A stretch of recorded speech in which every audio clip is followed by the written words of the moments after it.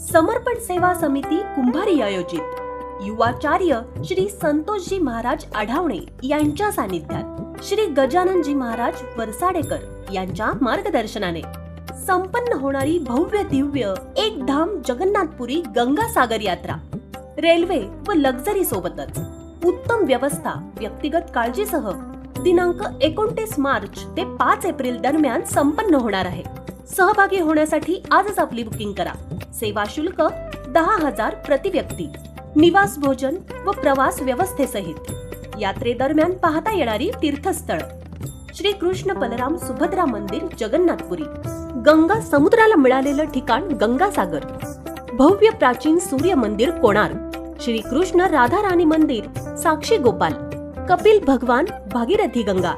लिंगराज मंदिर, श्री मुक्तेश्वर मंदिर, नंद कानन घाट, हावडा ब्रिज, 52 शक्तिपीठांपैकी